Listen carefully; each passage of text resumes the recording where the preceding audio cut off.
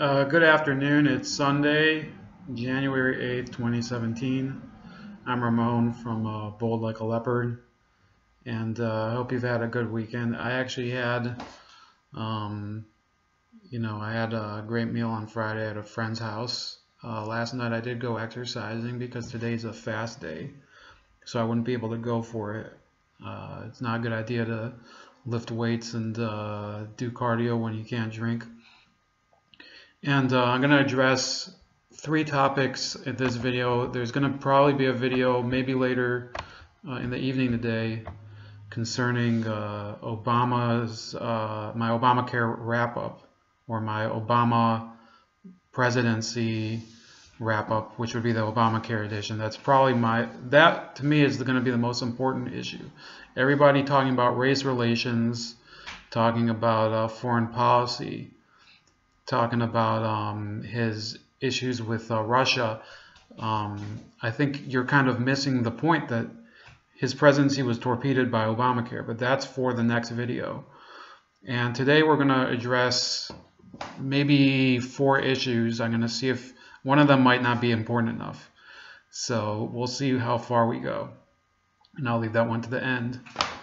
And the first one, of course, is the Chicago 4, which is a issue that is just exploding all across the world right now. These 4 Chicago teenagers that were, I think they're of adult age. All 4 of them are 18 years old, and they're part of this Chicago street gang called the Pooh Bear Gang, part of the Gangster Disciples, which is a very large conglomerate of Chicago street gangs, mostly from black neighborhoods, African Americans in Chicago.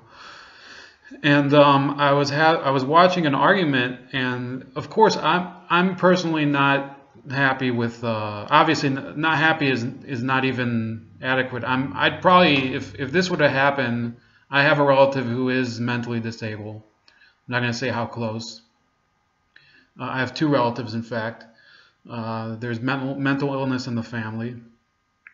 So, of course, I would probably be very outraged and probably take some sort of extrajudicial justice if this happened to a family member of mine. But that's not the point. You know, we don't get the choice of that.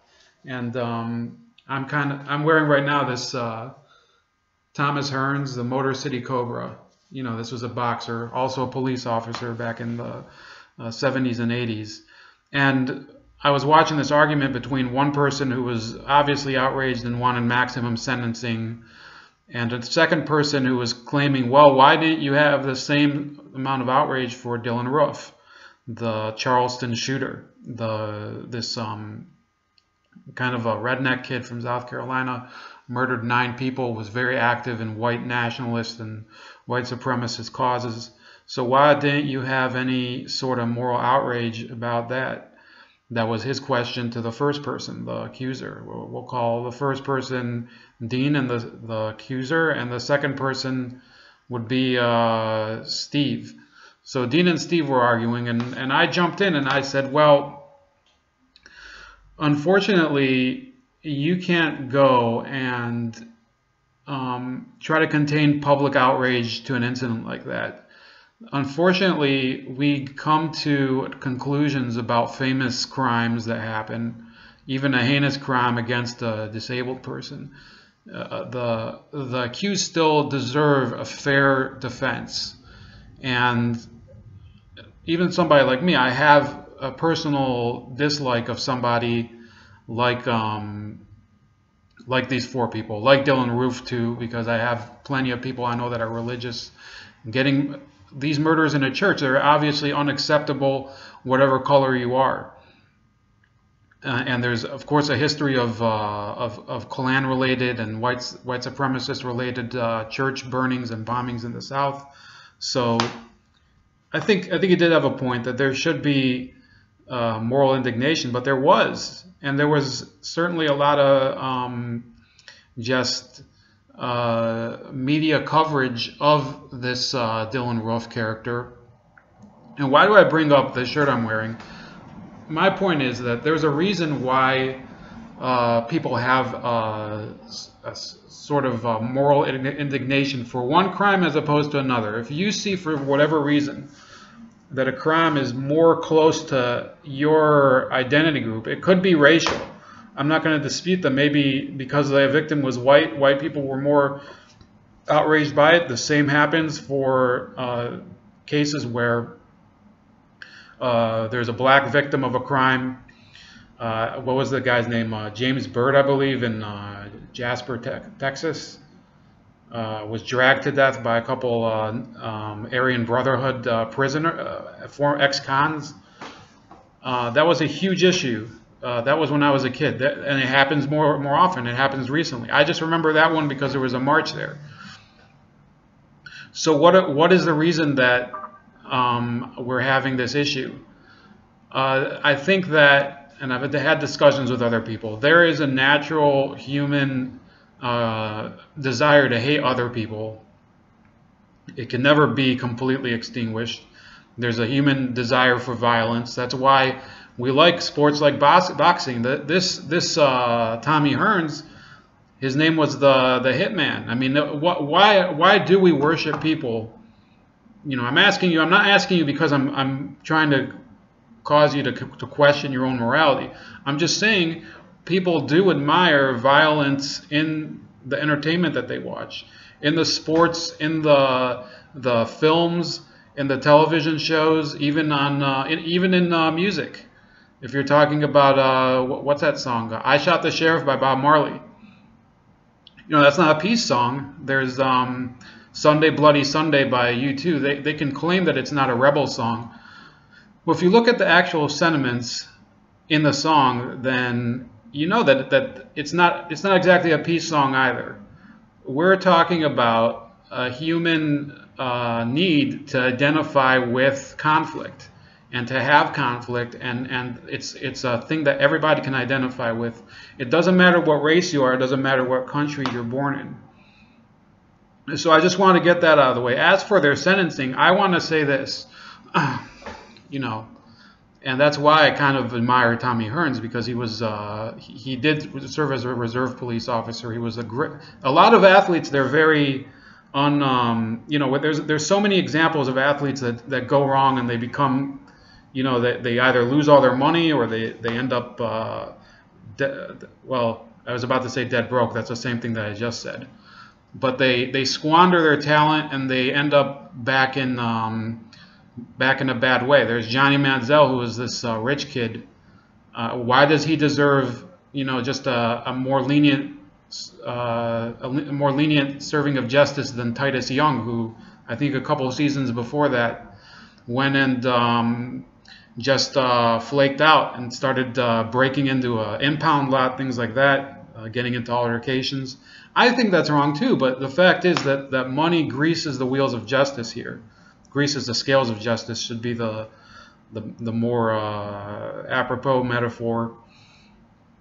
And I would say that, unfortunately, the Chicago Four, we're going to see them get the full shaft of the law, if for lack of a better term. They're going to get the full brunt of the legal system go against them, because they unfortunately, this, to me, this is not even an issue of race. It's an issue of stupidity. When you film a crime that was blatant, it was cruel, it was unapologetic, the motive was right there, you've killed your own case. It's the way it is.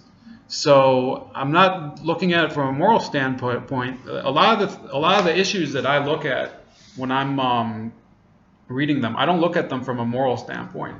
I look at them from a strategic standpoint. I think that's the difference between me and some of the attorneys that I know that look at it legalistically. I mean, that's their job. That's the way they frame it. The way that I've lived, you know, if you're thinking about just situations, the strategy that they had going into it, they virtually guaranteed that the legal system would come fully against them. Okay, I'm going to move on to the next topic, which is, I'm going to probably spend the least amount of time on it.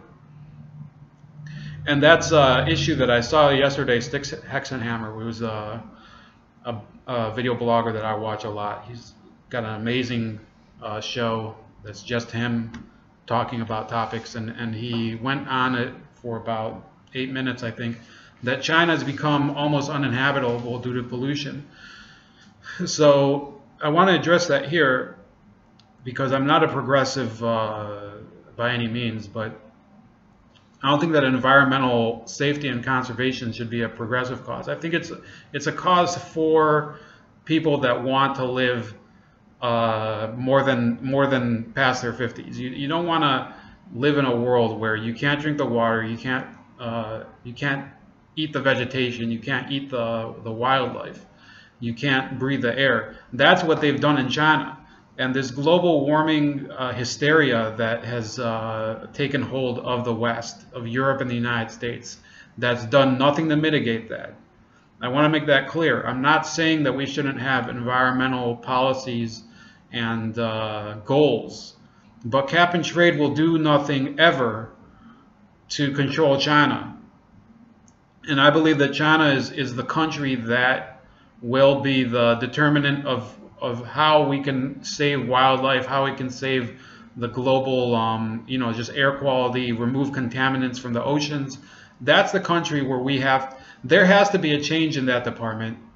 And the global warming debate is not helping it. I don't care. And those that say, oh, it's decided science, it doesn't matter. Because you're not getting China to change anything. You know that. If you, I work for a company that does manufacture in China. I believe that they do fulfill certain environmental requirements, but look, this is not to come to criticize anybody in particular. I'm not criticizing Al Gore specifically, but I'd like to ask him, if he was to really address this issue, how are we going to deal with China, with other Far East manufacturing states like Malaysia and Thailand, that they have very low, and Indonesia, by the way, a huge manufacturer, they have very low environmental standards. How are you dealing with that? With these global warming movies and these ads and whatever, and telling people to use one square when they wipe their ass, that's not helping. And you're going to have to change the strategy, and we're going to have to get conservatives to change their attitude too, because we can't have a world where gradually the inhabitable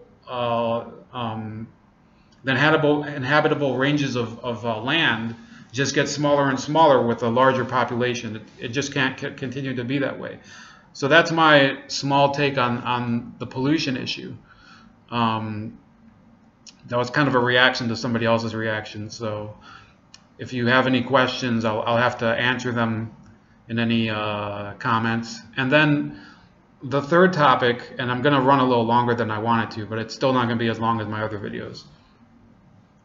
A couple of days ago, and I'm looking here at the Daily Mail, the Obamas, Michelle and Barack Obama, the president and the first lady, they hosted this star-studded party for, and I'm reading through the names, and I'm not going to go through all of them because it would take too long. You got Kelly Rowland, Destiny's Child, I remember. Bootylicious, everybody remembers that song. You got what's that? Bills, Bills, Bills. Everybody remembers Kelly Rowland, don't they? I don't think so. Not as much as they used to. You got Beyonce and Jay-Z. Oh, everybody remembers them. They don't remember Kelly, but she still got into the party. But I'm not hating. I'm a big Kelly Rowland fan. Stevie Wonder. You got Tom Hanks. I don't know why they put Kelly Rowland at the beginning. You got Paul McCartney. Sorry. Nick Jonas. So you have all these, and Nick Jonas is Canadian. So why the fuck is he given a pass to come into the White House? I think McCartney is a U.S. citizen now. So technically you could call him an immigrant, and you got Springsteen and Oprah and everything. So they host this party, a farewell party, and it's not a farewell party. That's what you don't understand, you dumb fucking American public. The people that supported Obama, they're going to learn real quick. And I talked to Anthony Logan yesterday. I called into his show. That they're saying farewell to the White House itself, but they're saying hello to their new labs.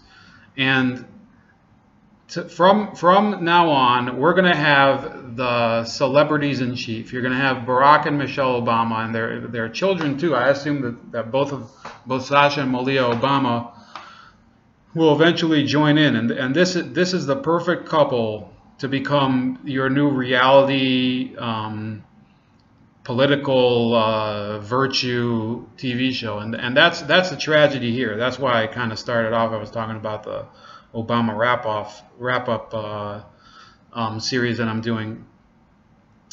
Look at them. They take the advantage of having the most important piece of real estate still in their hands, and they throw a party for people that are at their level. They're not, and those people aren't you.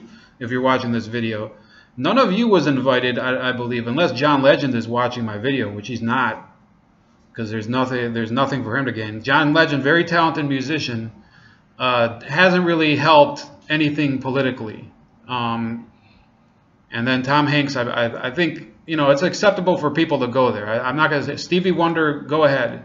You have some of these people are you know, Jordan Sparks, you know, go ahead and go there. But if you think that by going to this party, you've represented the will of the American people, I don't think it's accurate. And I'm going to go back to this. I wrote about it a few months ago. I think it was in late November, that Obama's personal approval rating is high because people like Barack Obama the person. They don't like Barack Obama's policies. People do not want their firearms being restricted more, which is something that Obama is in favor of, and they don't want more laws regarding that. It's not even related to whether they want them taken away or not.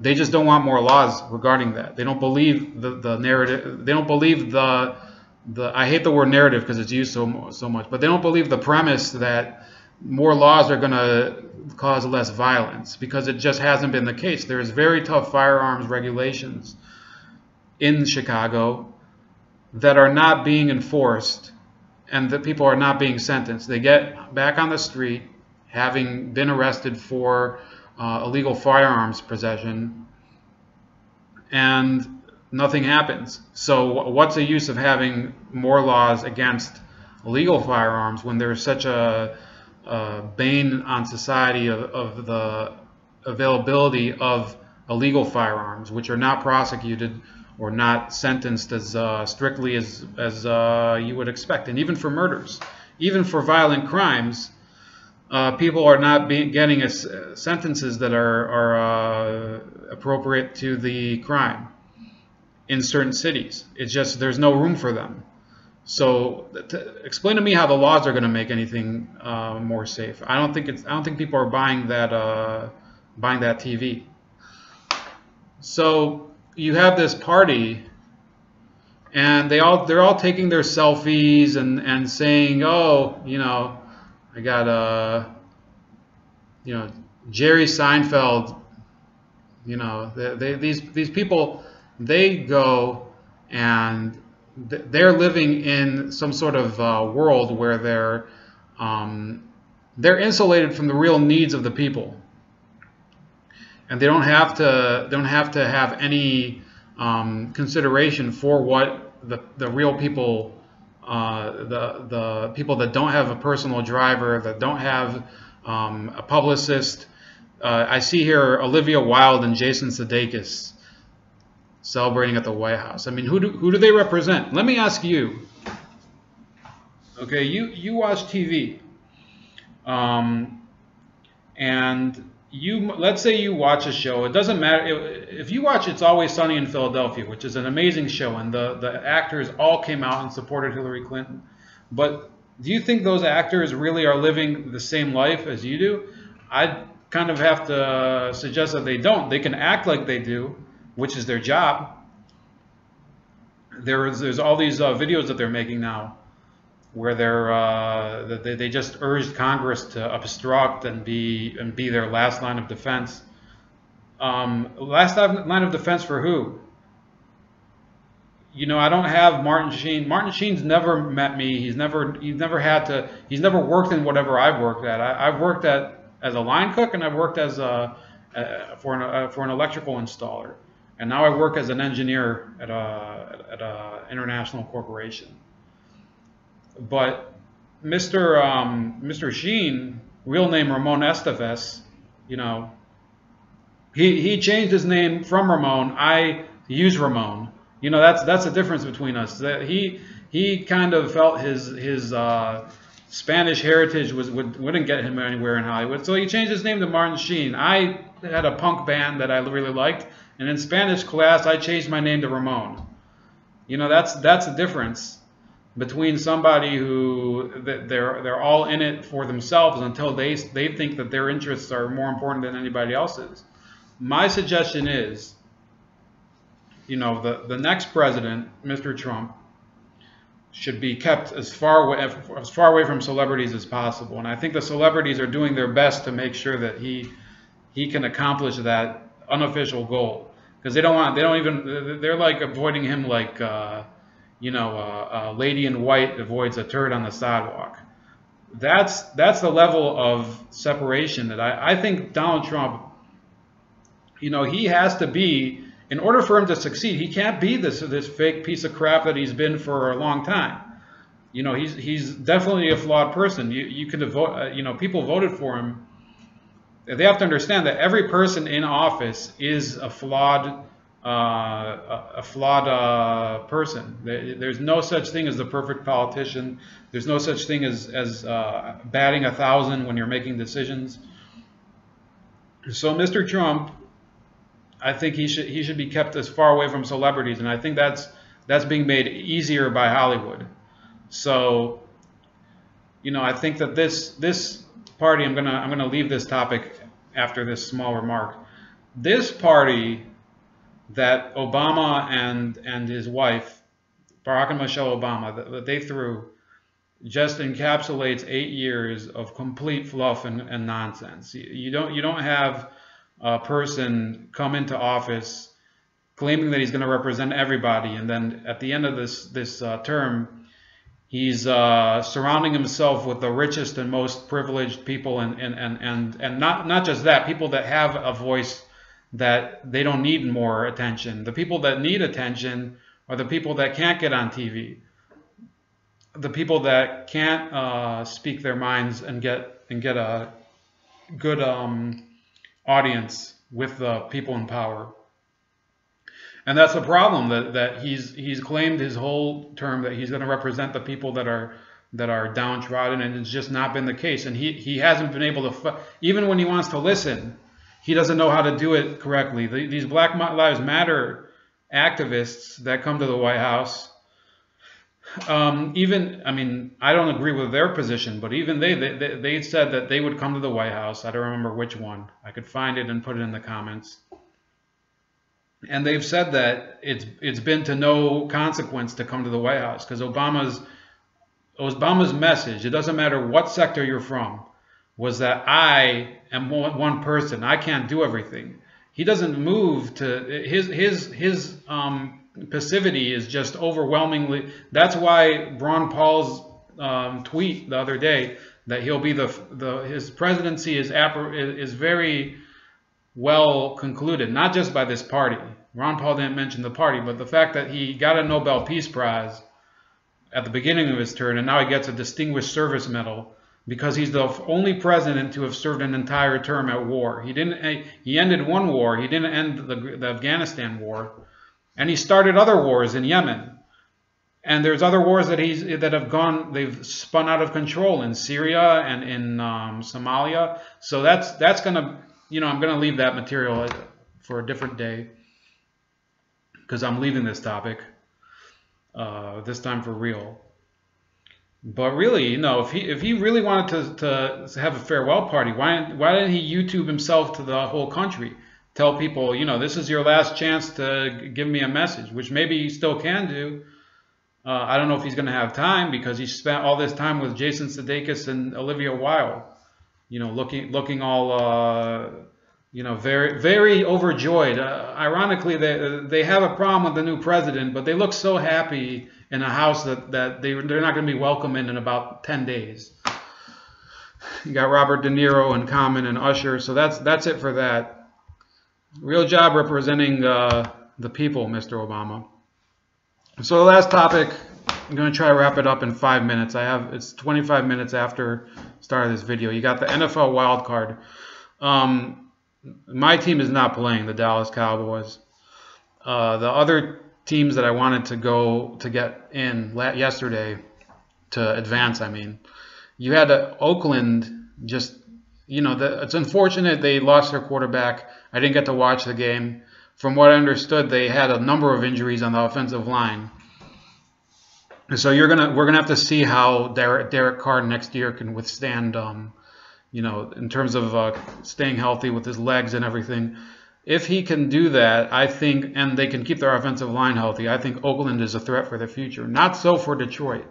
And obviously Houston, they got lucky that they played such a team that's in such a bad situation. Because Houston itself is kind of a disaster. Losing Tom Savage, a backup quarterback that has won their starting role, and putting in their dud of a free agent, Brock Osweiler. And then in the second game, which I did see most of, you had Seattle versus Detroit, and nothing against Seattle. I don't take sides in this one because I hate Seattle, but I did want Detroit to win, and they've let me down the whole season. I wanted them to win not just because they would be a favorable matchup for the Cowboys. They would have been the definite team that would have advanced to play Dallas, and Dallas completely obliterated their defense. But look, I'm not gonna say this I'm not gonna sugarcoat it. Matt Stafford's days as the Detroit quarterback, I think, are going to come to an end eventually, before he wins any sort of title. And I think that's going to be sooner rather than later. This was the same situation that you saw with Jay Cutler. This is a guy that has amazing potential, amazing statistical performances, many seasons, a fantastic arm, good downfield perception, and Cutler did have that. I think he's kind of lost it. But in the end, they're not the guy that's gonna. They're not the guy. They're not that quarterback like John Elway, who even with an incomplete team, he would guide them through the playoffs and into the Super Bowl, and eventually to win the Super Bowl after 3 failed attempts. John Elway did make it to the Super Bowl. I know a lot of the Cleveland people are not going to like that I use John Elway, but there's other quarterbacks that you could use the analogy. Joe Montana was an amazing. He would take the entire team because his defense was good, but they had to win some of these low scoring games, and Joe Montana in that Super Bowl, what was it, 24 against Cincinnati. Fantastic last-minute drive. You have Kurt Warner. That's probably the most underrated quarterback of all time. A guy that had nothing to begin with and just built based on his arm and based on his chemistry with Marshall Faulk. You have other quarterbacks that look. Warren Moon was one of the greatest quarterbacks statistically ever. They can never take that away. One of the best passers, very accurate passer. He could never get to the Super Bowl. It's gonna haunt people forever. But he had an amazing career with Houston and Minnesota. You had Randall Cunningham. He had a great career with Philly. Couldn't get over the hump. And Stafford is even worse. Because in his case, it's not some kicker that blows the last play of the game or the game-winning field goal, as what happened with Cunningham in '99 with the Vikings. Or was it? No, I think it happened in '98.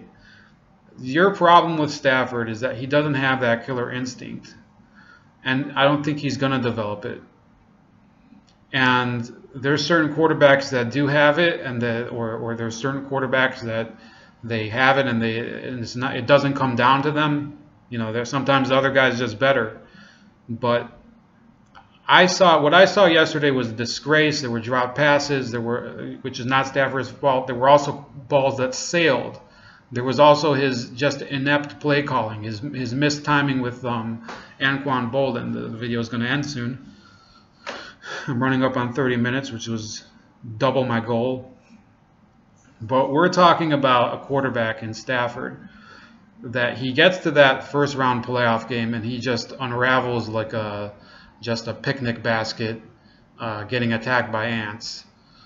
That's the end of I think that will be the end of his legacy in Detroit. He might get another gig somewhere else for sure. He has the performance to be a good mentor quarterback for a different